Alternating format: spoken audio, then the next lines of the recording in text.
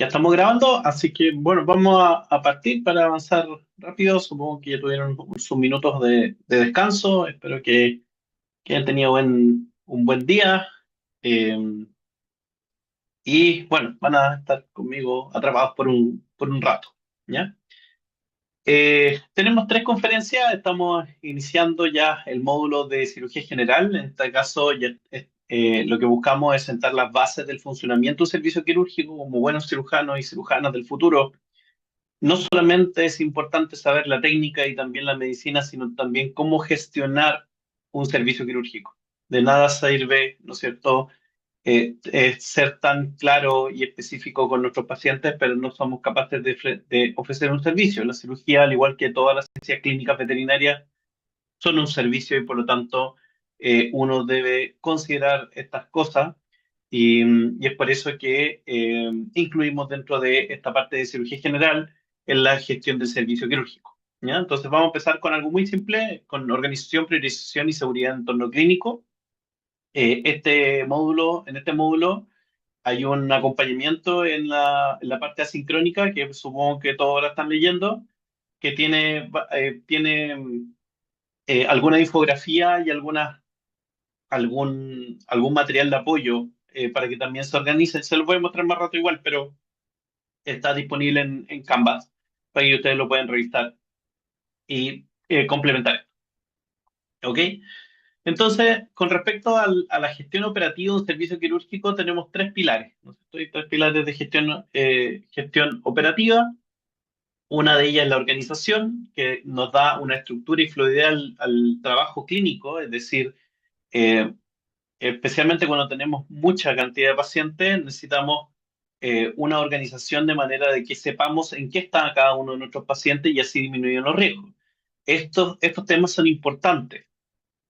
Mantener un sistema de gestión y una estructura de trabajo permite reducir las complicaciones. Está súper estudiado, no es simplemente un tema de administrativo, ni tampoco que tiene que ver con costos ni con recursos, que también lo es, pero está directamente relacionado con el outcome de los pacientes. Entonces, la organización nos permite dar una estructura y la fluidez del trabajo.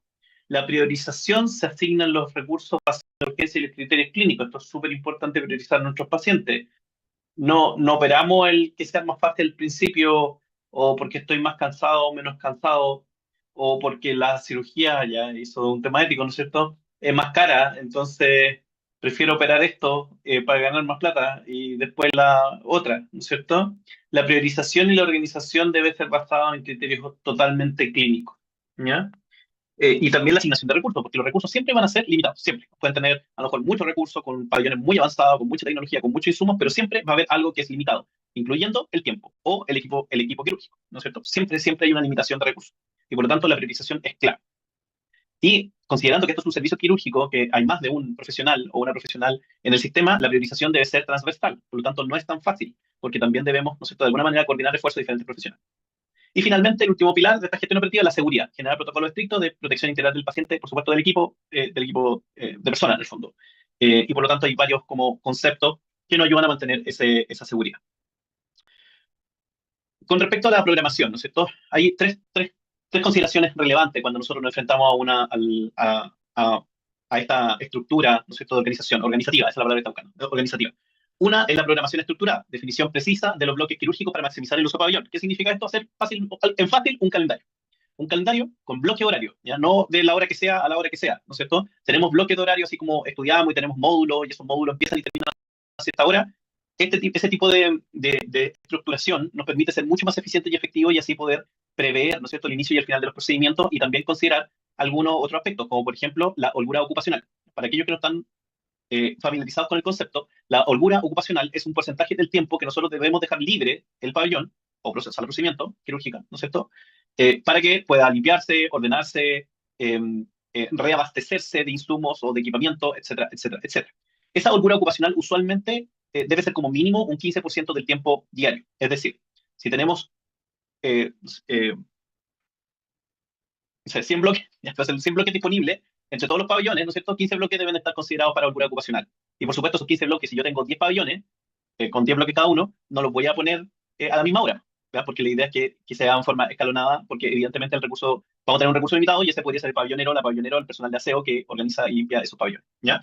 Esta definición de bloque quirúrgico nosotros también le llamamos tabla, ¿ya? Suena como el meme de los Simpsons, pero la tabla quirúrgica es básicamente el calendario semanal de las cosas que hacemos y vamos a hacer en el pabellón. Vamos a hablar más adelante de la tabla un poco más específico qué debe tener y qué debe tener, ¿no es cierto? Mínimo una tabla quirúrgica.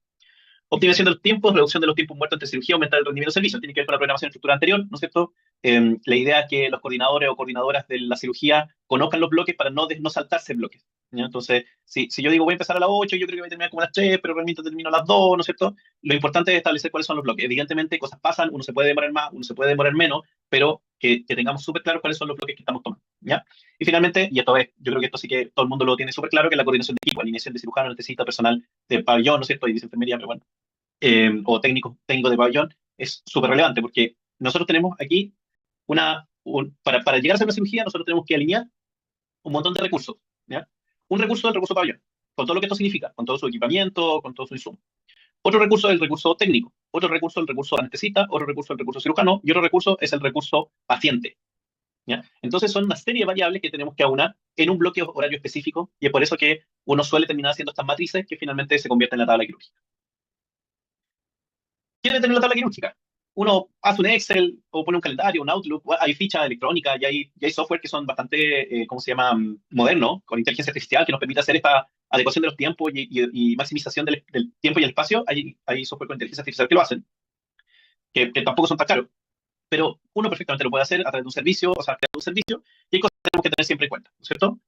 Los datos del paciente, ¿ya? Evidentemente la identificación, tanto la interna como la general, y demografía básica. En nuestro caso, como médicos veterinarios, es edad, especie, raza. Eso es mínimo, ¿ya? La edad es clave, ¿cierto? Edad, especie, raza vendría siendo como lo demográfico mínimo, ¿no es cierto?, que deberíamos considerar, ¿ya? Y podemos agregar el peso también. La clínica se refiere al diagnóstico del procedimiento quirúrgico a realizar. Nosotros les voy a comentar después, al final, en la tercera conferencia de día, cómo nosotros definimos los procedimientos, cómo le ponemos nombre. Esto ya lo he mencionado, ¿no es cierto? Los procedimientos quirúrgicos tienen nombre y apellido, y ese nombre y apellido nos da mucha información de lo que voy a hacer desde el punto de vista de los objetivos procedimentales también, no solamente el objetivo terapéutico. El riesgo, usualmente utilizamos la clasificación ASA, que es una clasificación de riesgo anestésico, no obstante uno puede también poner un riesgo de origen quirúrgico, ¿ya? Por ejemplo, riesgo de hemorragia, riesgo de infección, un paciente de alto riesgo de infección, etcétera, etcétera, etcétera. O es derechamente una graduación de riesgo de infección tipo 4, o clase 4 o clase 3, ¿no es cierto?, que son de alto riesgo que requieren tratamiento profiláctico y posterior. La parte operativa, que son las personas, ¿no es cierto?, quién va a estar a cargo y el tiempo. Y el destino, y esto a los veterinarios se nos olvida siempre. ¿Por qué? Porque nosotros no solemos tener varios tipos de hospitales, no como los médicos que mandan a la UCI o al piso, como le dicen ellos, que es la hospitalización general, o a intermedio quirúrgico, intensivo quirúrgico, ¿no es cierto? Entonces se nos olvida. Pero esto para nosotros, que puede ser físicamente el mismo lugar, puede no ser necesariamente el mismo contexto clínico del paciente. Por ejemplo, una cirugía que pasa mucho, ¿no es cierto? Hacemos una, no sé, acabamos de hacer una pancreatectomía más o menos difícil, tuvimos que hacer duodenectomía, finalmente terminamos siendo un Billroth, ¿ya? Un Billroth 2, un Billroth 2. Eh, entonces, uno podría decir, bueno, la cirugía salió súper bien, pero ¿ese paciente requerirá la misma observación que un paciente de post-orquiectomía? Lo más probable que no, ¿no es cierto? Tiene alto riesgo de pancreatitis, tiene riesgo de filtración, a pesar de que usamos suturas mecánicas, entonces tenemos que estar atentos, ¿no es cierto?, al líquido libre abdominal, tenemos que poner una sonda nasogástrica, tiene que estar con alimentación microarterial para evitar el hilio, etcétera, etcétera, etcétera, ¿ya? Entonces, esos son requerimientos postoperatorios clave. Pueden ser como indicaciones que sí o sí vamos a considerar en ese paciente al término del procedimiento quirúrgico propiamente tal. En muchos lados se utilizan estas codificaciones por colores que tienen que ver con la gravedad. Eso yo no lo considero necesario. De hecho, cada uno puede tener su propia clasificación y graduación. No hay regla al respecto. Pero suele ser bastante útil, ¿no es cierto?, muy visual, ver la priorización a partir de este código colores que es, en el fondo, heredado del MRCC, del método rápido de categorización de catástrofe, un sistema de triage que tiene que ver con los colores, pero no necesariamente significa lo mismo, ¿ya? Entonces, lo importante es tener un sistema de codificación de priorización, ¿ya? Da lo mismo si le quiere poner letras, colores, le quiere poner morado, agua marina, el color que quiera, pero tiene que tener un sistema de clasificación y priorización de complejidad y gravedad. Entonces, lo típico es clasificarlo en tres: urgente, semi-urgente y electivo, ¿ya? Vamos a empezar con lo electivo. Lo electivo es el procedimiento programado, una condición de paciente estable que no hay riesgo inmediato a diferir la cirugía, ¿ya? El electivo es no patológico. Por ejemplo, una ovarectomía o una castración es una cirugía electiva, ¿no es cierto? Las otras cirugías nosotros le llamamos terapéuticas, ¿ya? Procedimientos que son terapéuticos, es decir, que buscan un objetivo terapéutico, que puede ser la solución de una enfermedad, un defecto o simplemente la recuperación de la función de un órgano previamente dañado. ¿Ya? Y eso puede ser semi-urgente o puede ser urgente. Siempre semi-urgente. ¿Por qué siempre semi-urgente? Porque está éticamente, ¿no es cierto? Cualquiera de estas cosas que son solucionables vía quirúrgica eh, requieren ser solucionadas, ¿ya? Siempre y cuando tengan la autorización de los tutores correspondientes. Voy a tomar aire porque está hablando muy rápido. Ya. El equipamiento va a ser el pabellón quirúrgico. Hablemos de cómo organizamos un pabellón quirúrgico, ¿no es cierto? Un pabellón quirúrgico suele tener ciertas características, ¿ya? Las características que ustedes conocen es que debe ser amplio, no debe tener, en el fondo, debe ser lo más minimalista posible, ningún mueble debe llegar al suelo, debe haber todos los muebles o todos los equipamientos, todas las cosas que estén en el pabellón deben tener ruedas y tienen que tener una elevación y separación del piso. O sea, no podemos tener aquí un gabinete como los de la casa que llegan hasta el suelo, ¿no es cierto? Porque eso acumula, eh, ¿cómo se llama?, detrito y suciedad. Por supuesto, las superficies deben ser lavables e idealmente los encuentros deben ser curvos. Los encuentros me refiero al encuentro entre paredes y piso o entre paredes. Esto debe ser curvo, ¿no es cierto? Eso es ideal.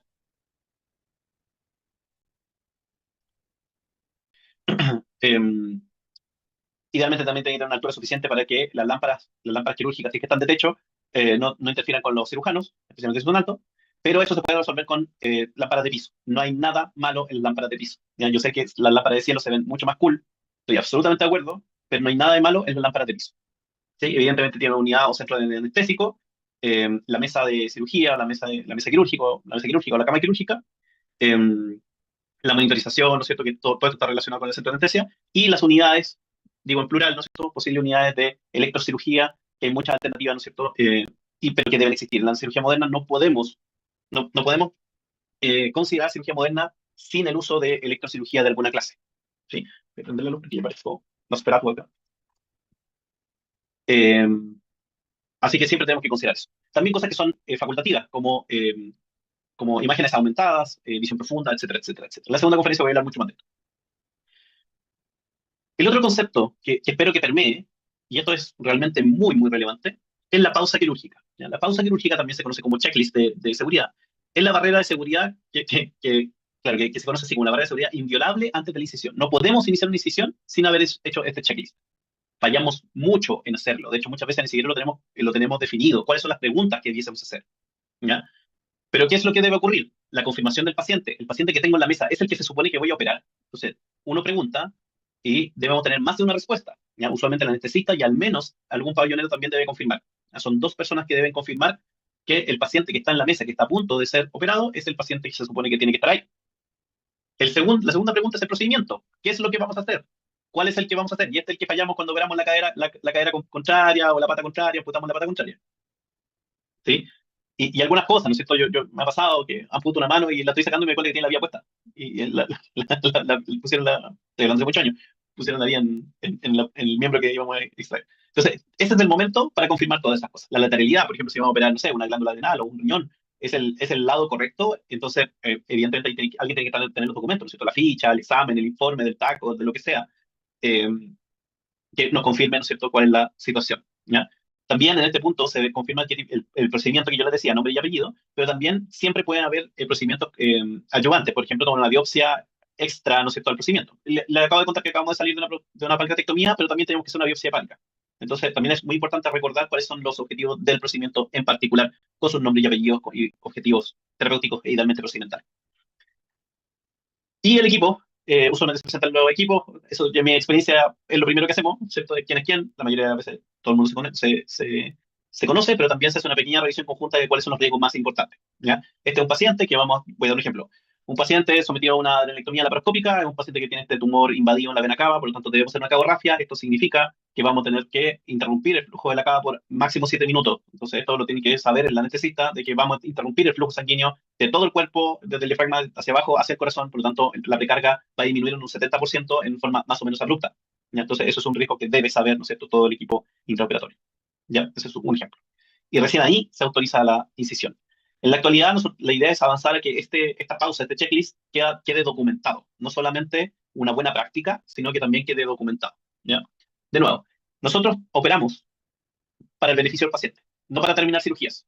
¿Ya? Eso, por favor, grábeselo a fuego en la mente. El procedimiento quirúrgico que nosotros realizamos es para curar o mejorar la condición de vida de nuestros pacientes. ¿Ya? Si podemos mandarnos a la mejor cirugía del mundo mundial, pero si fallamos en algo tan prosaico como este tipo de cosas, no vale nada. Entonces, no vale nada saber hacer técnicamente algo muy complejo si no introducimos estos conocimientos y estas competencias que son profesionales y son muy fundamentales. ¿Cuáles son las indicaciones de hospitalización postoperatoria de un paciente sometido a una cirugía? ¿Ya? Primero, complejidad. Cualquier cirugía mayor. Que aquí es una buena pregunta. ¿Qué es una cirugía mayor? Lo voy a dejar para el fin. ¿Ya? Aquellos pacientes que requieren vigilancia, necesidad de monitoreo, ¿no es cierto?, que requieren parámetros hemodinámicos, que tal vez tienen comorbilidades, ¿no es cierto?, por ejemplo, pacientes que son cardiópatas o que son endocrinópatas, etcétera, etcétera, etcétera. Vulnerabilidad, que tienen, bueno, aquí estaba el tema de las comorbilidades, perdón, me adelanté. Aquí está el tema de las comorbilidades que son severas o inestabilidad sistémica. ¿Sabes lo que es comorbilidad, no es cierto? Otras enfermedades que no están relacionadas con lo que estábamos haciendo. Y probablemente lo que tenemos más claro es el manejo del dolor. ¿Ya? Afortunadamente la medicina veterinaria ha avanzado muchísimo, ¿no es cierto?, en el concepto de manejo del dolor. Cuando yo era cabro, con suerte una INE y total no nos enteramos si sirve o no. Pero la antropomorfización de esa sensación ha logrado, ¿no es cierto?, que la disciplina haya evolucionado de forma muy favorable para nuestros pacientes. Dejé de nuevo para el final complejidad. ¿Qué definimos como cirugía mayor?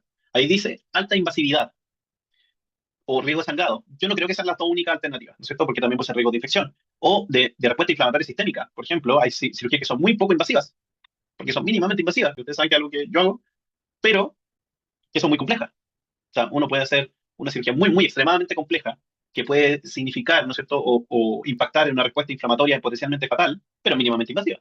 Entonces, la invasividad es una variable, más no una condición.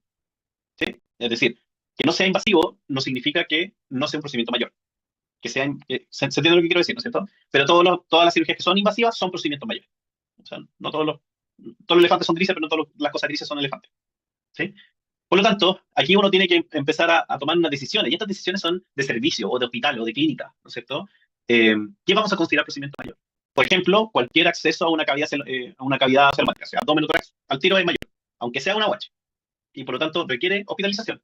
Tal vez sea solo una noche, pero en mi definición, estoy dando un ejemplo, que es real, ¿no es cierto? Pero es solo un ejemplo, no estoy diciendo que tenga que ser así, ¿ya? En mi definición, eso es una cirugía mayor, ¿ya? Entonces, a mí me gustaría hacer la pregunta, ¿qué variables ustedes consideran que debiésemos ver o buscar en la literatura para poder definir si un procedimiento es mayor o complejo o potencialmente ambulatorio? ¿Qué se les ocurre? ¿Pueden escribir si les da vergüenza hablar? O no quieren nomás. Había un montón de comentarios, ¿no? Claro, yo creo que, bueno, la duración de la cirugía igual impacta, aparte de lo que comentaste, Duración. sí, aparte de obviamente el abrir, digamos, exponer la cavidad, ya sea torácica o abdominal.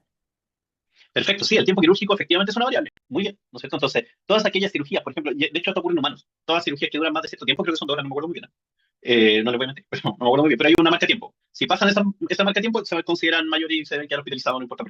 ¿Ya? ¿Por qué? Porque además está relacionado con el riesgo de complicaciones. Y acabo de dar la respuesta.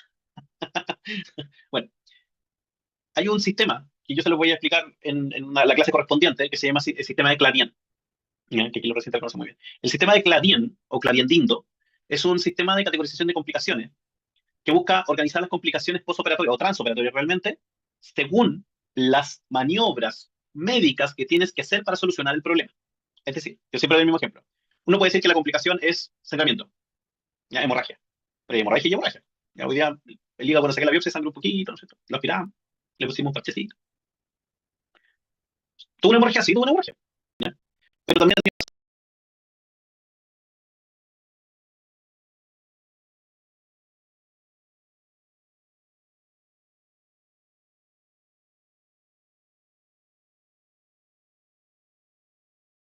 lo aspiramos, sangramiento, ya, hemorragia. Pero hay hemorragia y hemorragia. Ya, hoy día el hígado, cuando saqué la biopsia, sangró un poquito, ¿no es cierto? Lo aspiramos, le pusimos un parchecito. ¿Tuvo una hemorragia? Sí, tuvo una hemorragia. ¿Ya? Pero también he tenido pacientes que vienen con el atrio derecho reventado y sangran del corazón y le sacamos litro o ruptura de un hemangiosarcoma de vaso y vienen con hemabdomen así que uno se puede bañar. Entonces, las dos son hemorragias, las dos son hemorragias. ¿Son comparables? No lo son. ¿Sí? Entonces, ¿cómo nosotros lo podríamos como especificar? Uno podría decir, bueno, el volumen, ¿cuántos ml tiene uno? ¿Cuántos ml tiene el otro? Pucha, nuestros pacientes son súper heterogéneos. Pongámosle ml por kilo, ¿cuántos ml por kilo uno y cuántos ml por kilo otro? Pero ¿sabes qué? Los pacientes además responden diferente a los tipos de volumen. O sea, un paciente tal vez joven o sano responde diferente a un paciente con alguna comorbilidad. Entonces, tampoco el volumen como de sangre perdido, y esto solamente me estoy refiriendo a hemorragia, hay muchos otros tipos de complicaciones, ¿no es cierto? Solo el tipo de esta fuente de complicación ya es difícil de comparar y por lo tanto establecer una regla. Bueno, lo que dice Clavien, o lo que sugiere este sistema, es que categoriza las complicaciones sobre autorreferente, ¿no es cierto? Clavien 1, Clavien 2, Clavien 3, Clavien 4. Así le puso el score, con lo que uno tiene que hacer, ¿no es cierto? Por ejemplo, en la primera hemorragia que les mencioné, ¿qué es lo que pasó? Le tuve que poner un parche de Liostip, que es un coagulante, tuve que estar ahí mirando harto rato, aspiramos, ¿no es cierto? Perdimos tiempo. Y eso significa que tuvimos que cambiar nuestro plan quirúrgico. El plan quirúrgico no es el mismo con que nosotros entramos, ¿sí? Eso ya es una complicación tipo uno. Cualquier cosa que se aleje de mi plan ya es una complicación, ¿sí? Por eso hay que servir los planes, que es la última conferencia de hoy día. Eh,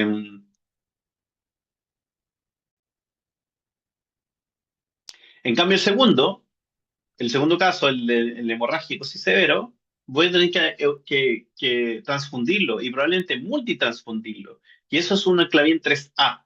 Es una intervención médica avanzada que no requiere anestesia. Y si lo tuviese que reoperar, por ejemplo, una OH que me quedó mal y tiene una hemorragia masiva y tengo que volver a meter al pabellón, eso es un 3B. ¿Ya? O sea, 3 es una intervención médica mayor que se divide en A y en B. El A es algo que no necesito anestesiarlo y el B es algo que necesito anestesiarlo. Así de simple. Insisto, esto lo vamos a ver en una clase de complicaciones, pero en el fondo lo que quiero decir es que esta es la variable potencial que nos establece la complejidad del procedimiento. ¿Ya? ¿Qué es lo que puede salir mal? Ujú. Eh, seguramente una biopsia de piel con un punch de 3 milímetros le puede quedar un moretón, le podría sangrar un poquito, le podría doler un poco, 10 días después se le puede infectar, pero no tiene un impacto serio para el paciente. Por lo tanto, eso es un procedimiento que es ambulatorio, ¿ya? O un procedimiento que es un toma muestra, etcétera, etcétera, etcétera. ¿De acuerdo? Entonces, cuando nosotros, y ya estoy terminando, afortunadamente, cuando nosotros queremos administrar un servicio quirúrgico, ¿cómo funciona un servicio quirúrgico? Nosotros ya tenemos que entender que esto es un continuo, ¿no es cierto? Aquí, tan bonita la posibilidad, digo, inteligencia artificial me ayuda a hacer cosas más bonitas, porque mis presentaciones son todas blancas y me ayudaron a que quede más bonito. Pero me gustó mucho esto, que me puso una Aleph, este símbolo que significa infinito, ¿no es cierto? Porque tiene que ver con el continuo, con un continuo de aseguramiento de la calidad y de gestión administrativa que favorezca la acción quirúrgica. ¿Ya? No es algo que empiece y termine con el procedimiento, sino que es un continuo, ¿no es cierto? Entonces tenemos una priorización continua, una ejecución continua, que tiene que ver con seguridad, ¿no es cierto? Una recuperación, ¿no es cierto? Postoperatorio y una planificación. ¿Ya? Hay que decirlo en orden, ¿no es cierto? Es una priorización, planificación, ejecución y recuperación. Ese es el flujo del paciente que nosotros esperamos. Ahora, no se me vayan todavía. Esto es, esto ustedes lo van a encontrar en Canva. ¿Ya? Está en Canva como infografía, que es, eh, que es nuestro proceso quirúrgico. ¿Ya? Así como conceptualizamos el camino o el pasaporte del paciente, ¿no es cierto? O del paciente en el servicio de cirugía, no en el hospital, en el servicio de cirugía. Entonces, solamente para explicar, el punto verde el inicio, el punto rojo es el fin, y todos los que son cuadrados son tareas, todas las que son diamantes, rombos, paralelepípedos oblicuos, em, son disyunciones, es decir, preguntas que pueden ser sí o no. Todo lo que son, estos son formularios, es decir, papeles, que son todos digitales realmente, y estos cilindros son, se supone que es como un disco duro, ¿no es cierto?, un almacenamiento de datos, ¿ya? ¿Qué es lo que almacenamos? Por ejemplo, este formulario no se almacena, lo que se almacena son los complementarios, ¿sí? No voy a entrar en en esta explicación, la idea es que ustedes lo revisen, lo piensen, me digan, oye, ¿sabéis qué? Yo creo que a lo mejor esto debiese ser diferente, ¿ya? Y me parece súper razonable que también lo piensen. Y es porque la idea de esta clase no es imponer ni aclarar cuál es el mejor sistema. Es darle las herramientas para que entiendan que esto es necesario, que esto salva vidas y que además genera mejor eficiencia de trabajo. Entonces, hacer este ejercicio, que lo pueden hacer en una servilleta si quieren, no es necesario hacerlo en un software así muy bonito, pero que tengan claridad qué es lo que realmente voy a hacer, en qué situaciones con mis pacientes, ¿ya? En el servicio quirúrgico, ¿no es cierto? Entonces tenemos, por ejemplo, en la salida, la clasificación de salida se puede ir a paciente crítico, puede ser un hospital tradicional o intermedio para alta en procedimiento ambulatorio, ¿cierto? Entonces, en todos los sentidos hay diferentes eh, posibilidades y salidas.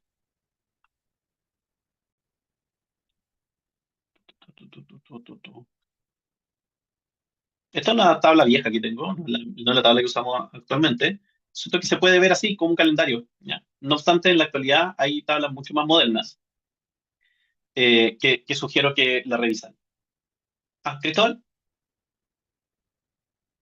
no me acuerdo que tenía la mano levanta. Hola, Doc. Consulta. Hola, Eh, sí, claro. Mi pregunta es si es que una cirugía, por ejemplo, con mucha manipulación, como por ejemplo una enterectomía con enterostomosis, entraría en una clasificación, por ejemplo, de vigilancia por el tema del filtrado, o entraría ya también por la complejidad, O sea, por mucho tiempo en el fondo, manipulando. en el fondo el riesgo que tú me acabas de mencionar, ¿no es cierto? El riesgo de filtración, el riesgo de secación de tejido, el riesgo de peritonitis, eso es lo que hace complejo el procedimiento. No la dificultad técnica, no la maniobra, ¿me entiendes? Entonces, con la definición que tú me acabas de dar, ya es un procedimiento mayor y por lo tanto es indicación de vigilancia. Ahora, insisto, estas definiciones tienen que ir viéndolas caso a caso y en lo que uno hace, y creo que no terminé ese concepto cuando lo empecé a decir, lo que uno hace es que identifica cuáles son las variables relevantes. Por ejemplo, pues el tiempo quirúrgico, como dijo la doctora Rocío, ¿no es cierto? Puede ser la frecuencia de complicaciones, como puede ser, ¿no es cierto?, solamente el riesgo, no la presencia de complicaciones. Entonces, lo que uno tiene que hacer es hacer un estudio retrospectivo de tus propios pacientes, ¿no es cierto? Y ver cuáles son los que tuvieron algún tipo de complicación o que requieren hospitalización o que requirieron reingreso. Esos pacientes tú los mandaste de alta y después tuvieron que volver.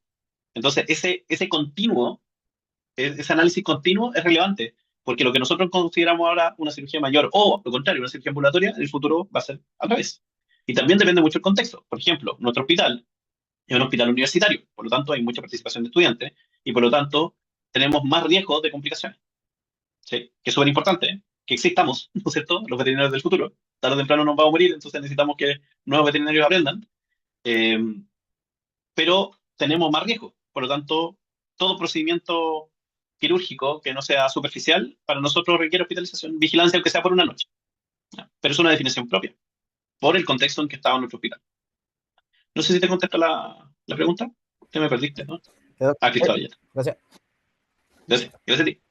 Bueno, lo último que también les voy a mostrar, que también está en Canvas, que lo pueden leer con mucho detenimiento, ¿no es cierto? Lo pueden bajar como infografía. Está en una lista de verificación de seguridad de la cirugía, que es la recomendación de la OMS, ¿ya? Por supuesto que es pensado para medicina, para humanos. No obstante, me pareció súper interesante ponerlo, porque esta es la recomendación de la OMS, ¿no es cierto? O sea, como esto es lo mínimo que debiésemos considerar con nuestros pacientes, siempre y cuando proceda, ¿ya? Entonces, aquí incluso dicen como mínimo quiénes son los que deben cumplir con la respuesta. ¿Ya? Así que eso también está disponible en Canvas para que lo puedan leer, estudiar, ¿no es cierto? Si quieren buscar la fuente también lo pueden hacer. Ok, como nunca estudiar, ¿no es cierto? Si quieren buscar la fuente también lo pueden hacer. Ok, como nunca, termina la hora. Entonces, ¿quieren unos minutitos de descanso para antes de seguir? ¿O seguimos? Un ratito para el baño. Ya, un 5 minutos. Ya. Ya, 5 minutitos para el baño. y nos vemos.